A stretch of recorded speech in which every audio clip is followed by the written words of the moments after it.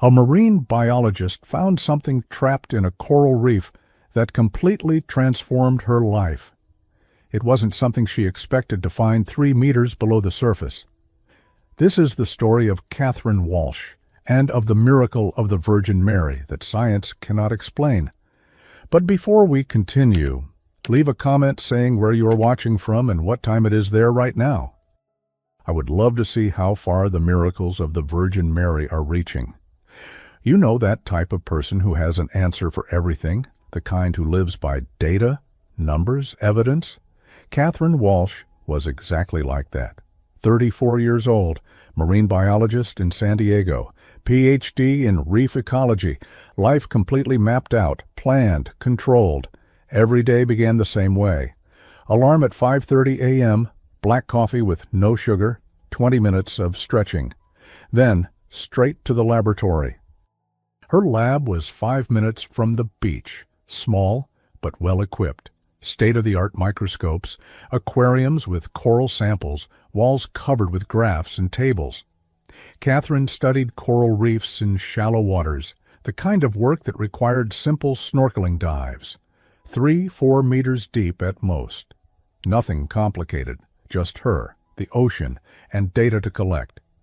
But Catherine carried something that no control could solve, something that had been with her for 8 years, the pain.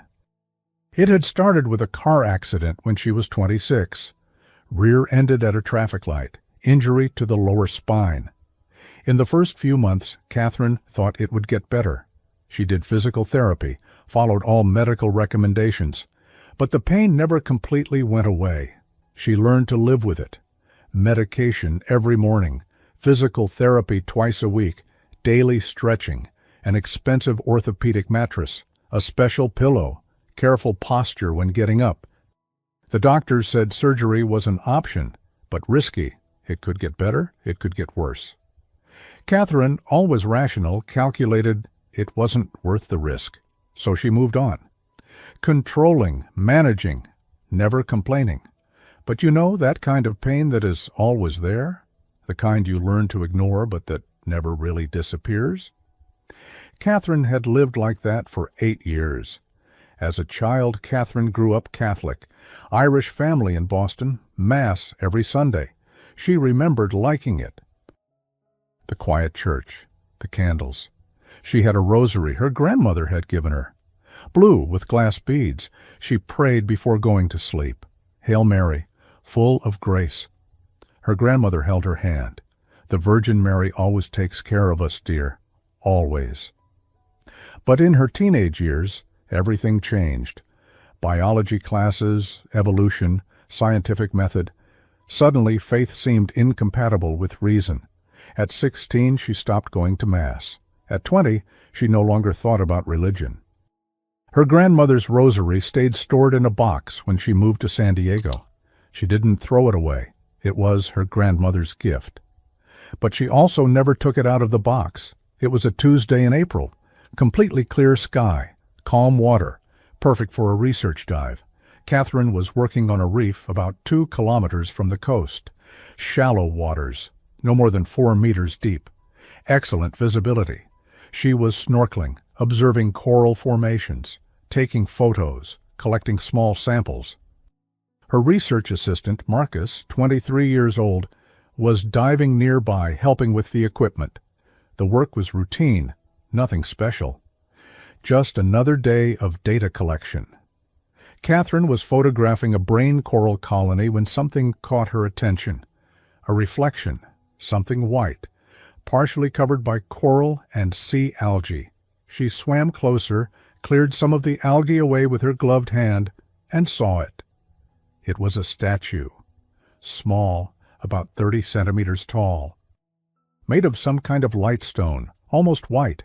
It was firmly embedded in the coral, as if it had been there for years. Catherine brushed away more algae. The statue was surprisingly intact. A female figure with a mantle over her head, hands extended forward, and the mantle, even covered in marine sediment, was still blue. She recognized it immediately, the Virgin Mary. Catherine signaled to Marcus, pointing at the statue. He swam over to her. When he saw it, his eyes widened. He gave a thumbs up and started trying to loosen the statue from the coral. It took a few minutes.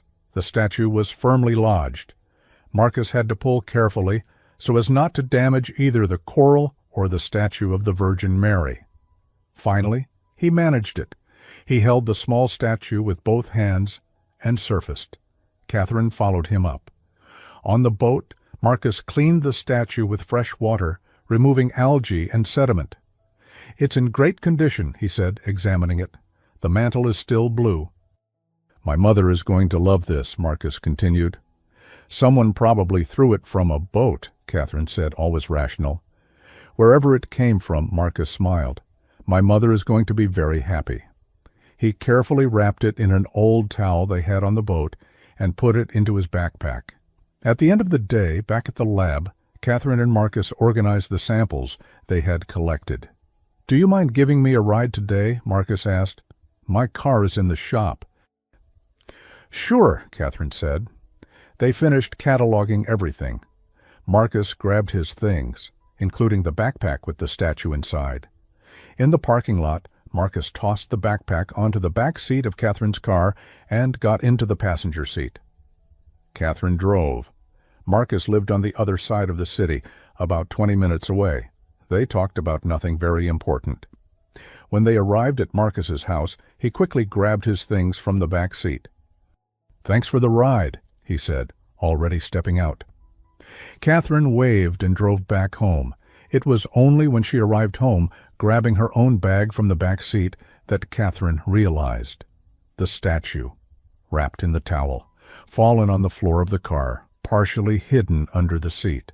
Catherine sighed and picked up the statue.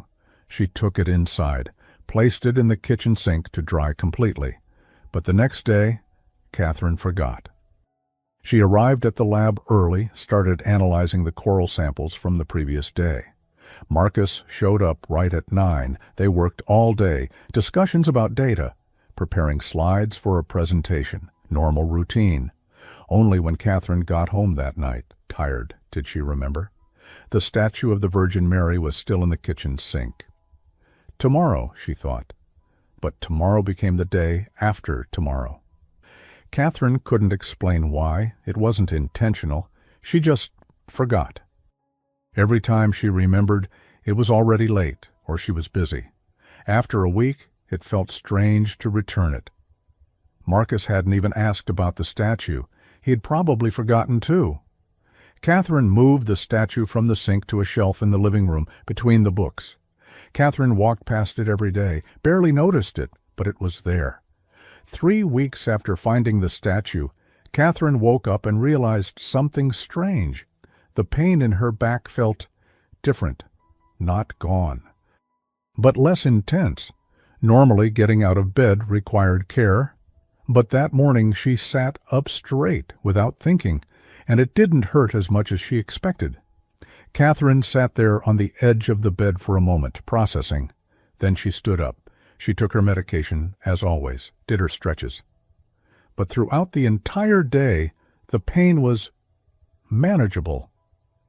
Must be the physical therapy finally working, she thought. But Catherine hadn't changed anything in her physical therapy. Same routine for months. Days passed. The improvement continued. Subtle, but consistent. Catherine was able to stand for longer without needing to sit down. She could bend without that familiar stab of pain. She could sleep on her side, something she hadn't done in years. At her next physical therapy session, she mentioned it casually. "I've been feeling better lately." The physical therapist did the usual tests. Your range of motion is a little better." Catherine could do things she hadn't done in years. Carry groceries without help, clean the house without needing to stop and rest, even drive long distances without that constant pain. She stopped taking the medication every day, first spacing it out, 1 day on, 1 day off, then only when she really needed it, and each time she needed it less. It was almost midnight on a Friday. Catherine had worked late at the lab. She arrived home exhausted. She took a shower, ate something quick, went straight to bed, and that's when it happened. The pain came back, but not like before. Worse, much worse. It was as if all the years of accumulated pain had returned at once, sharp, piercing, impossible to ignore. Catherine tried to get up. She couldn't. The pain completely paralyzed her. The tears came before she could stop them, not from sadness, from pure pain. No, she whispered. No, no, no.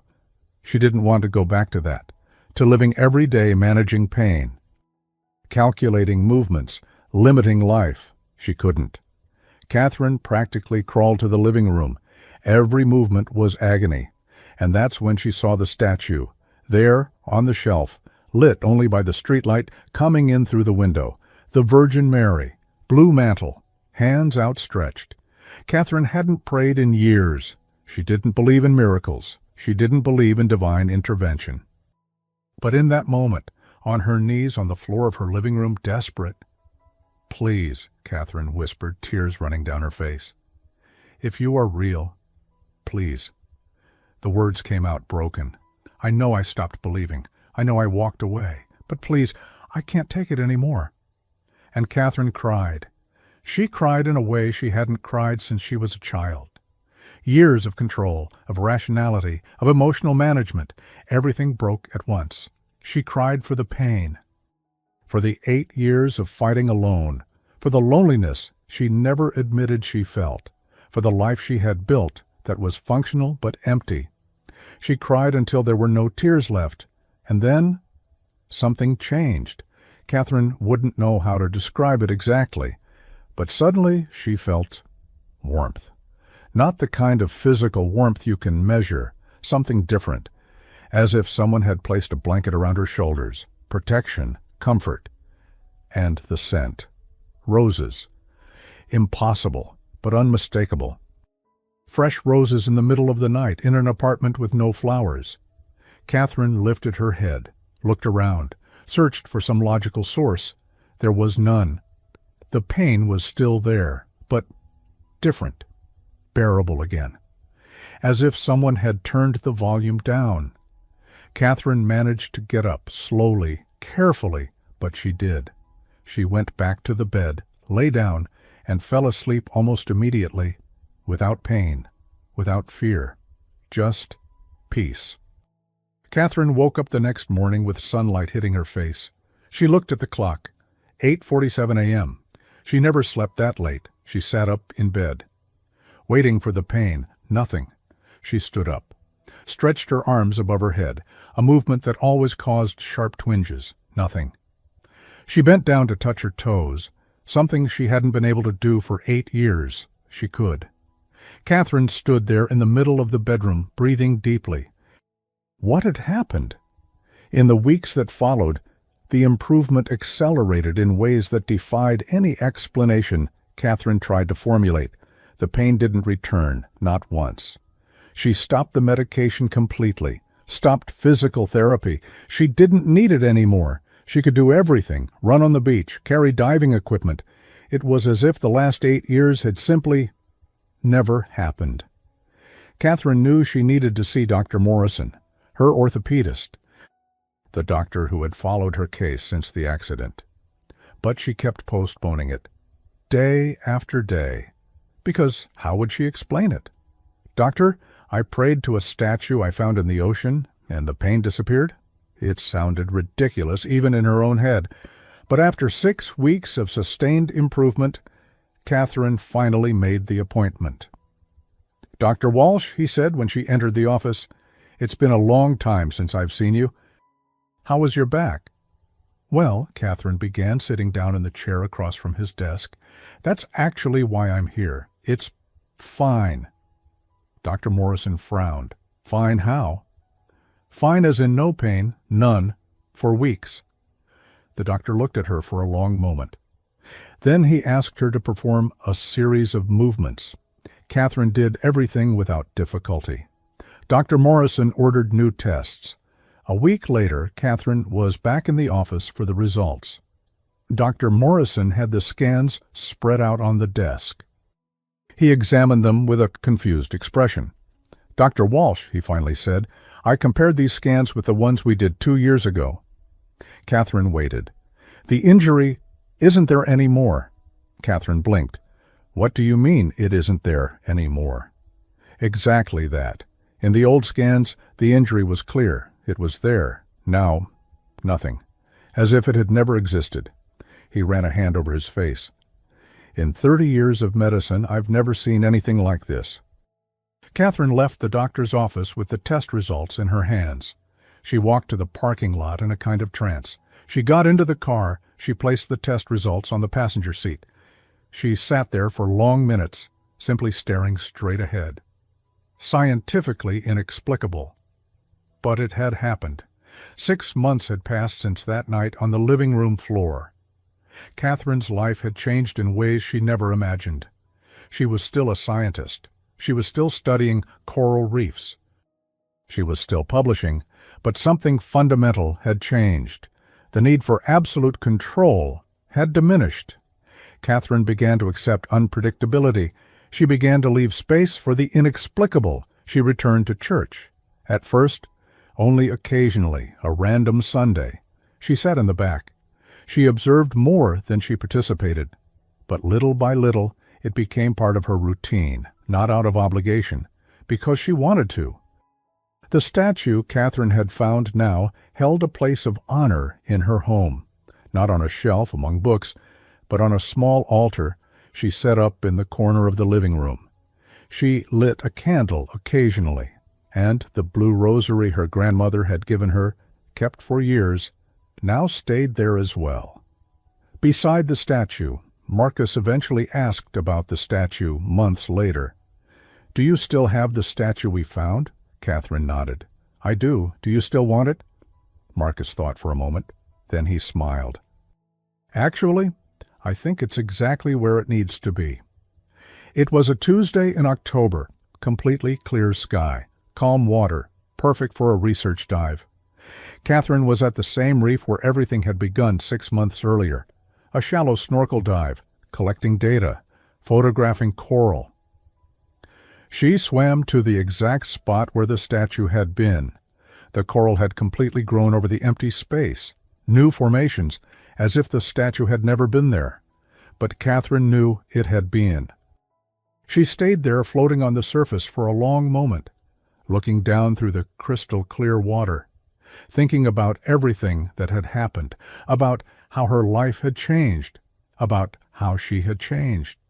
She was no longer the same woman who had found that statue in April, the woman who needed an explanation for everything, who lived by control, who was absolutely certain that faith and science could not coexist. That woman no longer existed. Catherine climbed back onto the boat. Marcus was there organizing equipment, making notes.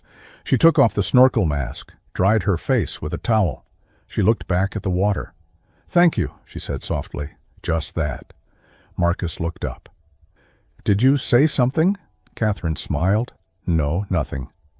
She sat down on the boat's bench, felt the gentle rocking of the waves. Some things don't need an explanation. Catherine had spent her entire life searching for answers, proof, concrete evidence for everything. But she had learned something fundamental in those months. Sometimes the most important thing you can do is accept that there are mysteries in the universe that science has not yet reached, and perhaps never will, and that's okay. Because Catherine had lived the impossible. She had been healed of something doctors said was incurable. She could call it an inexplicable healing, an extraordinary coincidence, or she could call it by the name her grandmother would have used, miracle. Catherine chose to believe in the miracle of the Virgin Mary. Before we finish, I want to invite you to become part of our prayer community for the Virgin Mary, a space of faith and hope where people from all over the world come together to pray and to share the graces they have received. If you feel in your heart the desire to be part of this chain of prayer, click below and become a member of the channel today, and come pray with us. And look, if you made it this far, all the way to the end of Catherine's story, do one thing for me. Write in the comments, Blue Mantle. the color she did not expect to see 3 meters below the surface. I want to see how many hearts this story truly reached. And every time I read blue mantle in the comments, I will know that one more person believes that miracles of the Virgin Mary still happen. If this story touched your heart, subscribe to the channel and activate the notification bell. Write in the comments about a miracle you have witnessed or experienced, and share this video with someone who needs to renew their hope today. May the Virgin Mary continue blessing and protecting you and your family. Amen.